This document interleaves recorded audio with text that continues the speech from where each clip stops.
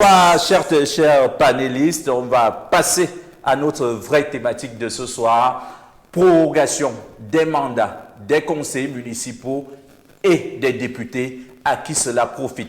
Pour planter le décor, Kevin François Jega signe le grand angle. Quand les urnes se taisent trop longtemps, ce n'est plus seulement le silence électoral, c'est le temps politique lui-même qui se dérègle. Au Cameroun, la prorogation des mandats des députés et des conseillers municipaux n'est plus un simple ajustement technique. Elle prend des allures d'habitude. Et comme toute habitude en politique, elle mérite une question simple, presque brutale, à qui ça profite? Sur le papier, tout est légal. Les tests encadrent, limitent, justifient. On parle de contraintes logistiques, de rationalisation du calendrier, de coûts à maîtriser, surtout après une présidentielle lourde à organiser. L'argument tient. Mais il ne suffit plus. Parce qu'à force de le proroger, on finit par installer une démocratie à durée variable, où les mandats deviennent extensibles selon les circonstances ou les intérêts. Les faits sont têtus. Les conseillers municipaux ont vu leur bail prolongé de 15 mois avec la possibilité d'un bonus.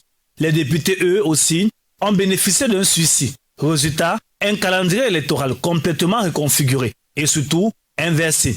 Les législatives et les municipales passent après la présidentielle, car dans notre système, l'ordre des scrutins n'est jamais neutre. Il structure le rapport de force, conditionne les dynamiques politiques, façonne les ambitions. Reporter les élections locales et législatives, c'est figer les équilibres existants. C'est prolonger une photographie politique sans passer par les urnes. Et dans un paysage dominé par un parti majoritaire, difficile de ne pas voir à qui profite cette pause prolongée. Officiellement, il s'agit d'organiser mieux.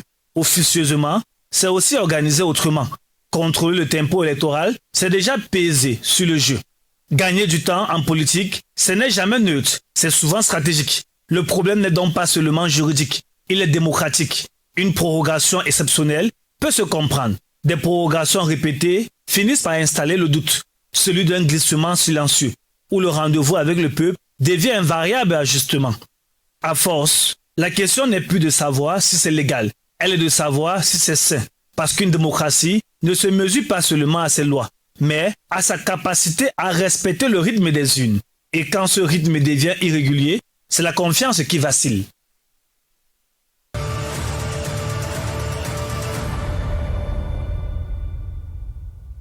Et justement, on sait